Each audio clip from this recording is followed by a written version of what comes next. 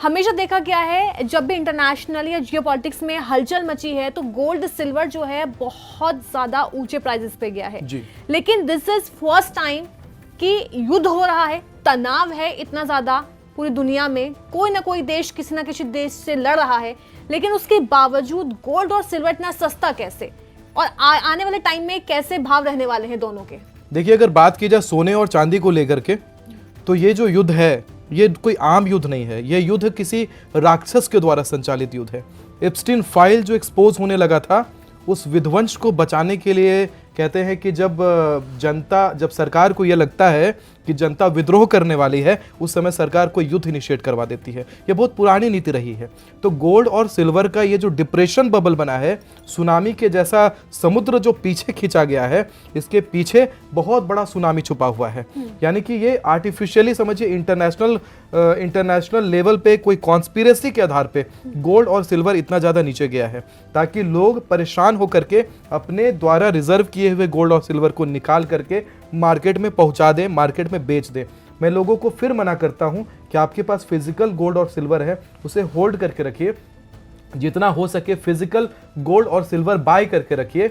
ज़्यादा दिन की कहानी नहीं है। मैंने क्या कहा था, 16 मई से पहले आप देखेंगे कि गोल्ड और सिल्वर अचानक से सुनामी जैसा स्पीड पकड़ने वाला है। अभी के समय में जितना हो सके बाय कर लीजिए, ये बहुत ही अच्छा मौका है मेटल में निवेश करने का। इनफैक्ट यही देखिए कि 18 अप्रैल के बाद भी गोल्ड और सिल्वर के रेट्स में उछाल आपको दिखाई पड़ेगा, अचानक से दिखाई पड़ेगा, और 16 मई के बाद ये अनएक्सेसिबल होने वाला है, यानी आप इसके रेट्स को पकड़ नहीं पाएंगे। कैसे कोरोना के टाइम में प्रॉपर्टी के प्राइसेस नीचे गिरे थे और एकाएक 2 गुने होकर के सामने आए थे, तो इसी प्रकार से ये सारी चीज़ें सामने आएंगी।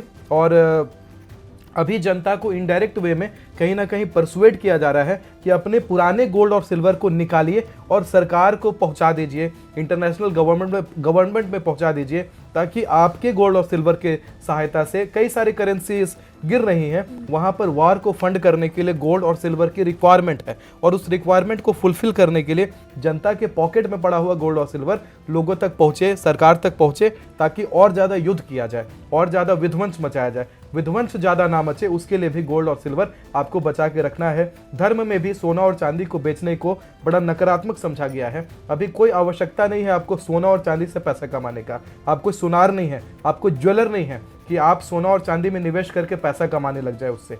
आपको अपना सोना और चांदी का रिजर्व बचाना है विकट परिस्थिति के लिए, आने वाले समय के क्राइसिस के लिए आपको अपना सोना और चांदी होल्ड करके रखना है। आपको शायद पता नहीं होगा कितने भी प्राइसेस डाउन जा रहे हैं, प्राइसेस बढ़ा के दुबई में, मिडिल ईस्ट में सोना और चांदी की ब्लैक मार्केटिंग की जा रही है, फिजिकल वाले की। डिजिटल कुछ भी पड़ा है उससे फर्क नहीं पड़ता।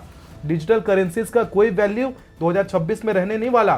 क्रिप्टो करेंसी में, स्टॉक मार्केट में, गोल्ड बॉन्ड्स में पैसे पड़े हैं, पड़े रहने दीजिए। वो पैसे इंटरनेट का केबल कटने तो दीजिए, वो पैसे वहीं के वहीं पड़े रह जाएंगे, कोई काम नहीं आने वाला।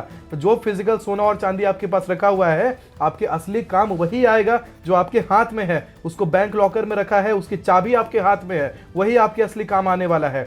बाकी की सारी डिजिटल चीजें कहीं ना कहीं से मिथ्या बन जाएंगी, आपके लिए भारी नुकसान हो जाएगा।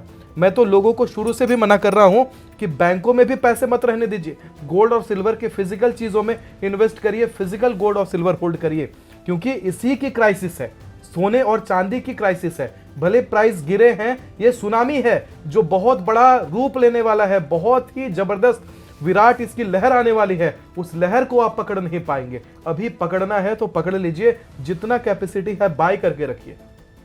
बिल्कुल, यानी आने वाले समय में गोल्ड और सिल्वर के प्राइसेस बहुत ज्यादा हाई हो जाएंगे, जितने अभी निचले स्तर पर चले गए हैं उससे डबल पहुंच जाएंगे मान लीजिए। जी हाँ। तो यानी आने वाले समय में सिल्वर और गोल्ड बहुत ज्यादा हाई होने वाला है। संभाल के रख लीजिए, बेचने की जरूरत नहीं है। जिन्होंने बेच दिया है उनके लिए तो कुछ कहा ही नहीं जा सकता। जिन्होंने बेच दिया दोबारा खरीदिए, अभी दोबारा खरीद करके फिर भी फायदा होगा आपको, क्योंकि अभी सस्ता है। सस्ता है तो खरीद के रखिए, और अभी आने वाले समय में शूट आउट होगा, प्राइस बहुत ज्यादा जबरदस्त हाइप पकड़ेगा, उस समय आपको फायदा होगा। लेकिन उसमें भी आपको बेचना नहीं है। कितना भी ऊपर जाए, कितना भी नीचे जाए, आपको घबराना नहीं है। आपको सुनार नहीं है, आपको ज्वेलर नहीं है कि आपको गोल्ड और सिल्वर लेकर के उससे व्यापार करना है। जो काम करते हैं वही काम अच्छे से करते रहिए। गोल्ड और सिल्वर से पैसा कमाने का दिमाग मत लगाइए, क्राइसिस के लिए खरीद के रखिए। क्राइसिस बहुत बड़ी है, प्रधानमंत्री जी भी हमें क्राइसिस के लिए सचेत कर रहे हैं। बड़े बड़े नेता, राजनेता, दुनिया भर के बड़े बड़े पॉलिटिशियन हमें उस क्राइसिस के लिए सचेत कर रहे हैं। आज आप इस बात को नहीं सुनते हैं, उस क्राइसिस को नजरअंदाज करते हैं, तो जो भुखमरी आएगी, जो बहुत बड़ा विध्वंस मचेगा, उससे जो आपको नुकसान होगा उसके कहीं ना कहीं कारण आप रहेंगे। आपके परिवार को जो नुकसान होगा उसके भी कहीं ना कहीं कारण आप रहेंगे। इसीलिए जितनी कैपेसिटी हो चीजों को पकड़ करके रखने का प्रयास कीजिए। आप कोई ज्वेलर नहीं है जो उससे व्यापार करने लग जाए। बिल्कुल, सोना चांदी में अब निवेश करिए, थोड़ा संभल के करिए, लेकिन निवेश करना जरूरी है क्योंकि आने वाले समय में बहुत ज्यादा प्राइसेस हाई होने वाले हैं।